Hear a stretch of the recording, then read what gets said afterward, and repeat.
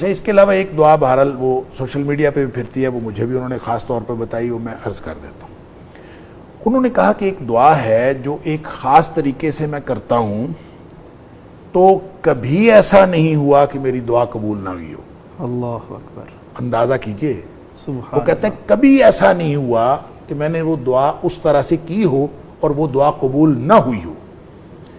لیکن وہ کہتے ہیں جب اللہ نے میری دعا وہ قبول نہیں کرنی ہوتی نا، تو وہ طریقہ بھی نہیں اپناتا۔ نہیں، جب میری اللہ تعالیٰ نے وہ دعا قبول نہیں کرنی ہوتی تو اللہ تعالیٰ یہ بات میرے ذہن سے نکال دیتا ہے کہ میں نے یہ دعا اس طرح کرنی ہے۔ وہ طریقہ یعنی ہاں، وہ مجھے میرے ذہن سے نکال، مجھے یاد ہی نہیں رہتا،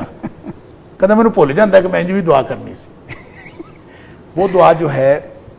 اللہم انک تری مکانی وتسمع کلامی وتعلم سری وعلانیتی ولا یخفی علیک شیء من امری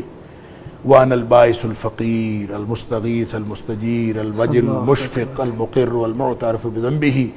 اللہم انی اسألک مسألة المسکین وابتہل ابتحال المذنب الذلیل وادعوک دعاء الخائف الضریر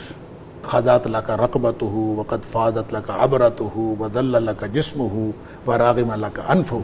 اللہم لا تجعلنی دعائک شقیہ وکن بی رؤوف الرحیم یا خیر المعطین و یا خیر المسئولین۔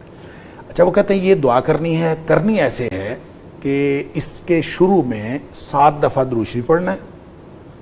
7 دفعہ درود شریف پڑھ کے پھر اس کے بعد 41 دفعہ سورہ فاتحہ پڑھنی ہے، پھر 1 دفعہ جو ہے وہ 4 کل پڑھنے ہیں، اور پھر 1 دفعہ پڑھنی ہے افحسبتم انما خلقناکم، یہ آیات پڑھنی ہے، اور اس کے بعد پھر 7 دفعہ درود شریف پڑھنا ہے، پھر یہ والی دعا مانگنی ہے، اور اس دعا کے بعد جو مانگو گے اللہ تعالیٰ دے دے۔ اللہ اکبر، یہ وہ طریقہ تجربہ تھا ان کا، یہ ان کا تجربہ تھا، اور ان کا خیال یہ کہ، اور یہ دعا وہ کہتے ہیں میں نے پہلی دفعہ یہ دعا پڑھی تھی رحمت للعالمین میں، سید سلمان منصور پوری نے لکھی ہے، اور میں کہتے ہیں میں نے وہاں سے پڑھی تھی، اور انہوں نے یہ لکھا تھا کہ یہ دعا جو بندہ اس طرح سے مانگے وہ کبھی غیر مقبول نہیں ہو سکتی۔ وہ کہتے ہیں میں نے وہاں سے پڑھی تھی، اور اس کے بعد میں نے یہ طریقہ ساتھ یہ درود شریف وغیرہ ملا لیا، اور وہ کہتے ہیں جب کبھی میں نے اس طریقے سے مانگی ہے تو اللہ تعالیٰ نے میری دعا ضرور قبول